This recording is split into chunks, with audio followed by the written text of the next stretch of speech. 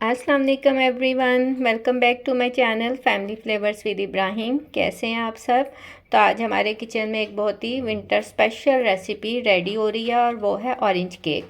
Winter special इसलिए कि orange आपको पता है सर्दियों में ही होते हैं, तो गर्मियों में तो फिर ये केक नहीं बन सकता। फ्रेश ऑरेंज होंगे तो ये केक बनेगा। तो चलें अब मैं आपसे ये रेसिपी शेयर करती हूँ। ये बहुत ही मज़ेदार बनता है और बहुत ही मॉइस्ट। बच्चे तो इसे बहुत पसंद करते हैं। तो जैसे जैसे मैं इसके इंग्रेडिएंट्स हैं मैं आपको साथ साथ बताती जाऊँगी। तो सबसे पहले मैंने ये ऑरेंजेस लिए हैं और इसका जो छिलका है ना, इसको थोड़ा सा मैं श्रेड करूँगी। तो इसको मैं इसलिए कद्दूकश कर रही हूँ कि केक में जो इसके छिलकों को मैं पील ऑफ करूँगी ना, श्रेड करूँगी, तो वो यूज़ होंगे। तो मैंने यहाँ पर जो ऑरेंज का छिलका था उसको ग्रेट कर लिया। तो ये तकरीबन 1 टीस्पून होगा। तो इतना ही हमें चाहिए। अगर आपको ज़्यादा स्ट्रॉन्ग फ्लेवर पसंद है तो आप ज़्यादा भी ले सकते हैं। और अब मैंने जो बाकी ऑरेंजेस थे उनके 2 पीसेस कर लिए। तो अब मैं इनका निकालूंगी जूस। यहाँ पर मैंने एक जग ले लिया है और उसके ऊपर एक स्ट्रेनर रख दिया है। तो अब मैं इसका जूस निकालूंगी, क्योंकि ये चीज़ें हैं जो हमें केक में इनकी ज़रूरत पड़ेगी, तो इसलिए इसको मैं पहले से ही रेडी करके रख रही हूँ।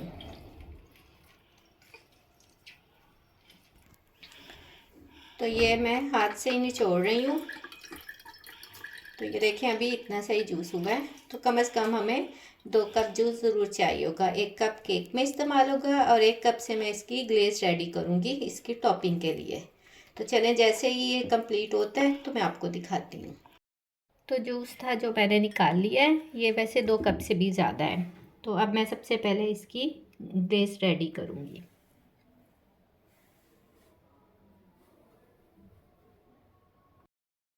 इसकी ग्लेस रेडी कर रही हूँ जो इसकी टॉपिंग पे इस्तेमाल होगी ऑरेंज केक की। तो यहाँ पर मैंने एक पैन ले लिया है। मैंने नॉन स्टिक पैन लिया है। आपने नॉन स्टिक पैन में या स्टील के पैन में इसको रेडी करना है। तो सबसे पहले मैं इसमें ये जो मैंने फ्रेश ऑरेंज जूस निकाला था, ये मैं इसमें 1 कप शामिल कर दूंगी, पैन में डाल दूंगी।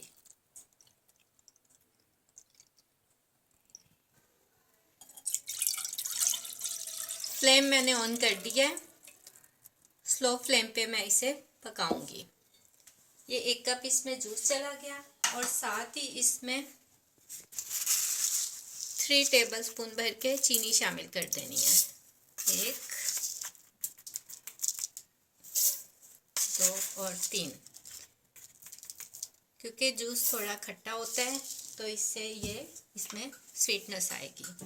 तो ये इसमें शामिल कर दिया और इसको हमने स्लो फ्लेम पे पकाना है ताकि चीनी जो है इसमें अच्छे से डिज़ोल्व हो जाए।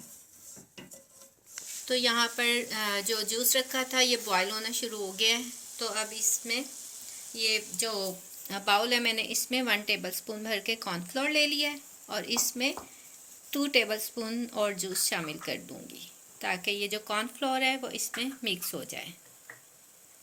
ये 2 टेबलस्पून इसमें जूस चला गया और इसे मिक्स करके इसमें शामिल कर दूँगी, जो कि हमारा मिक्सचर रेडी हो रहा है, जो ग्लेस रेडी हो रही है केक के लिए।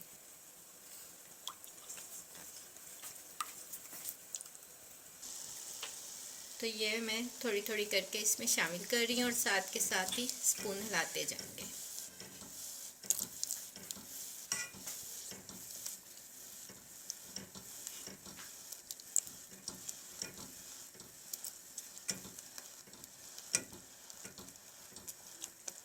और अब मैं इसमें 1 पिंच जितना ये फूड कलर भी इस्तेमाल कर रही हूँ। ऑरेंज फूड कलर लिया है मैंने, जिससे हम जर्दा बनाते हैं, ताकि इसका खूबसूरत सा कलर आ जाए।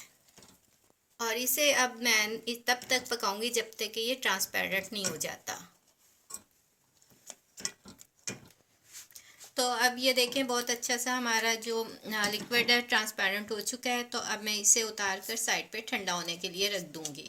और अगर आपको यहाँ पर शुगर कम लगे तो आप थोड़ी सी मज़ीद और ऐड कर सकते हैं, लेकिन इसका असल जायका खट्टा मीठा ही अच्छा लगता है।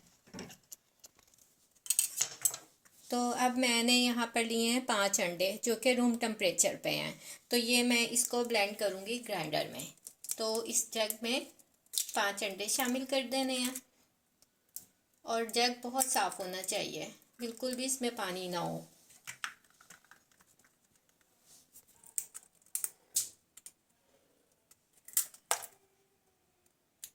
इसमें मैंने 5 अंडे शामिल कर दिए हैं जग में।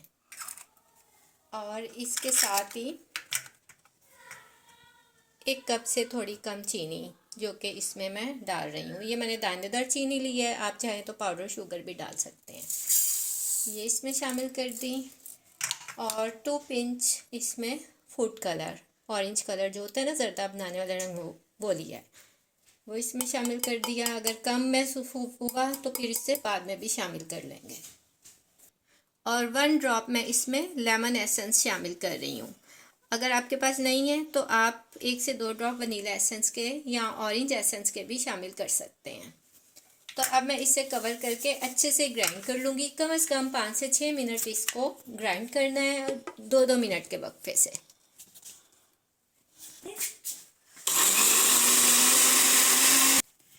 तो एग जो थे वो अच्छी तरह से ग्राइंड हो गए हैं। तो अब मैं इसे निकाल रही हूँ इस बाउल में।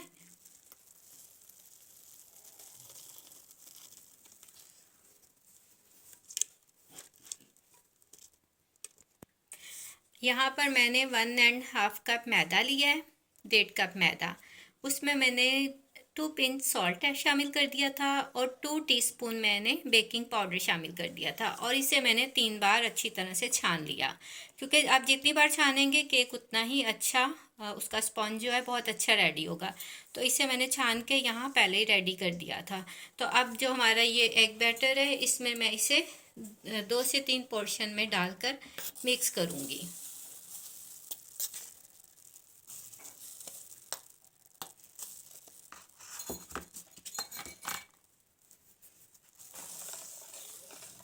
इसे हल्के हाथों से मिक्स करना है और इसे ओवर मिक्स भी नहीं करना, वरना उससे केक जो है हार्ड बनता है। और यहाँ मैंने 1/3 कप ऑयल लिया है, 1/3 कप। तो ये भी मैं साथ में थोड़ा थोड़ा डाल के मिक्स करती जाऊँगी।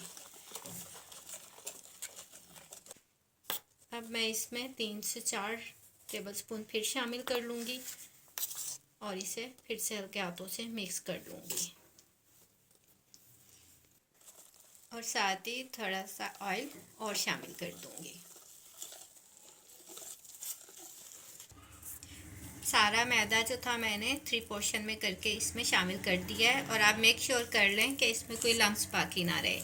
इस चीज़ का आपने ख़ास ध्यान रखना है कि ज़रा भी कोई मैदे की गुठली इसमें बाकी ना रहे। तो अब मैंने यहाँ पर जो ऑरेंजिस का जो छिलका था उसको मैंने यहाँ ग्रेट करके रखा हुआ था, तो ये अब इसमें शामिल कर देंगे। इससे इसका फ्लेवर बहुत अच्छा आता है। ये मैंने तकरीबन 1 टीस्पून भर के है, आप चाहें तो 1 टेबलस्पून तक इसमें शामिल कर लें। और साथ ही मैं इसमें ये जो फ्रेश ऑरेंज जूस था ये भी 2 टेबलस्पून शामिल कर रही हूँ, क्योंकि अभी तक हमने इसमें जूस ऐड नहीं किया था। और अब मैं इसे फिर हल्के हाथों से एक बार मिक्स कर लूँगी।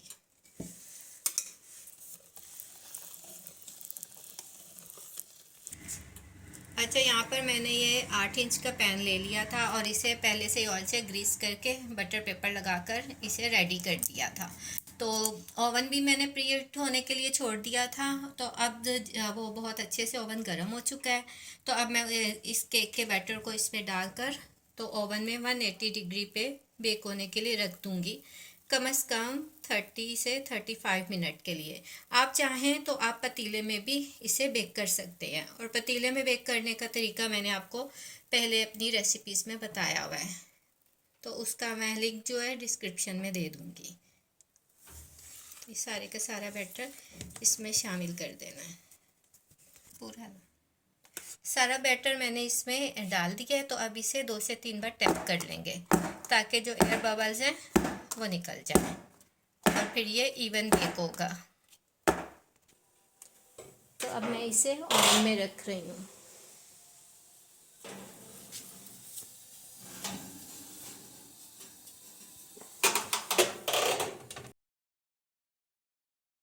तो तो जो केक था वो अभी बेक हो रहा है, तो मैंने कहा तब तक इसकी मैं फ्रॉस्टिंग के लिए क्रीम विप कर लूँ।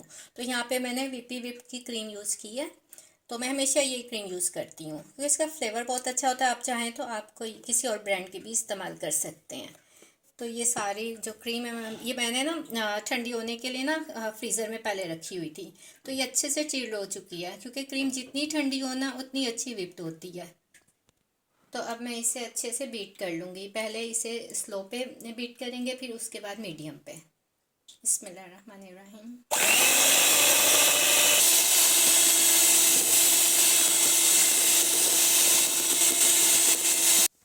जो क्रीम है देखें बहुत अच्छी से विप हो गई है, बहुत अच्छी स्टिप पीक्स बन चुकी हैं इसकी, और यही इसके अच्छे से बीट होने की निशानी होती है। तो मैं इसे फिर से फ्रिज में रख दूँगी ताकि ये गर्म ना हो।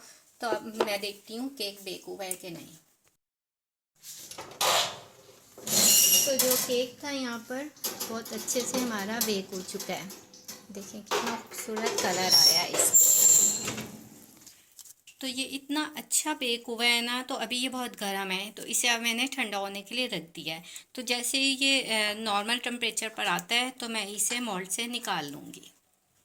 केक जो है यहाँ पे ठंडा हो गया था, तो फिर इसको मैंने 2 हिस्सों में कट कर लिया है। मैं 2 लेयर्स का केक बना रही हूँ यहाँ पे ना। तो अब मैंने जो ऑरेंज जूस था फ्रेश मेरे पास बचा हुआ, इसमें मैंने 4 से 5 टेबलस्पून भर के पाउडर शुगर डाल दी। पिसी हुई चीनी, तो आप अपने टेस्ट के मुताबिक चीनी कम या ज़्यादा डाल सकते हैं। तो अब इस जूस से मैं इस केक को अच्छे से सोक कर लूँगी। अब मैंने इस वाले केक को अच्छे से जूस से वेट कर लिया और इन जूस से, तो अब मैं इस पर क्रीम लगाऊंगी। ये जो विप करके रखी थी इसको पूरे इस केक पे अच्छे से फैला दूंगी। तो मैंने जो केक था इसे क्रीम से अच्छी तरह स्प्रेड कर दिया इसे। तो अब जो मैंने यहाँ पर ग्लेस बनाई थी ऑरेंज की, वो मैं इस पे लगाऊंगी और इसे भी लगाने के बाद स्प्रेड कर दूंगी। पाइपिंग बैग में मैंने इसलिए डाली कि इससे ज़रा लगाने में आसानी रहती है। अब मैं इसे पायलट नाइफ से सारे इसे भी स्प्रेड कर दूंगी इस ग्लेस को। अगर आप ये नहीं डालना चाहते तो ये ऑप्शनल है, लेकिन ये कि इससे केक का फ्लेवर डबल हो जाता है। तो अब जो इसके सेकंड वाली लेयर थी वो भी इस पे मैं रख दूंगी। बहुत ही सॉफ्ट स्पॉन्ज रेडी हुआ है ये, और टेस्टी भी बहुत है। तो इस पर भी मैं सूप से इसे सोक कर लूँगी। तो अब जो बाकी क्रीम है वो भी मैं इस पर स्प्रेड कर दूँगी। केक को अच्छे से इस क्रीम से कवर कर लूँगी। तो जो क्रीम थी सारी वो मैंने केक पे अच्छे से कोट कर दी है। तो अब जो बाकी की जो ग्लेज है ऑरेंज ग्लेज, ये मैं इस पर स्प्रेड कर दूँगी।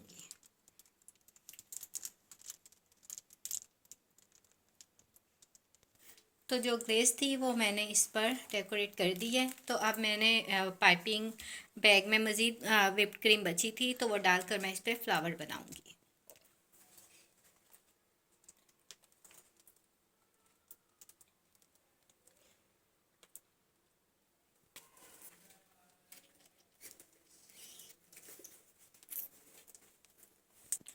जी, तो मैंने जो सारी क्रीम थी मैंने उसकी फ्रॉस्टिंग कर दी है। तो अब मैं इसे आपको कट करके दिखाती हूँ। लेकिन आपने इसे जब सर्व करना है या खाने से पहले कम से कम 3 से 4 घंटे से फ्रिज में ज़रूर रखना है। जी, जितना ठंडा होगा उतना ही ज़्यादा मज़े का लगेगा। तो अब चले मैं इसे कट करती हूँ। बिस्मिल्लाहिर्रहमानिर्रहीम। तो ये देखें बहुत ही मॉइस्ट और मज़ेदार ऑरेंज केक बनके रेडी है। तो अगर आपको आज की ये रेसिपी अच्छी लगी हो तो इस रेसिपी को शेयर कीजिएगा, दुआओं में याद रखिएगा। मिलते हैं नेक्स्ट वीडियो में। अल्लाह हाफिज़।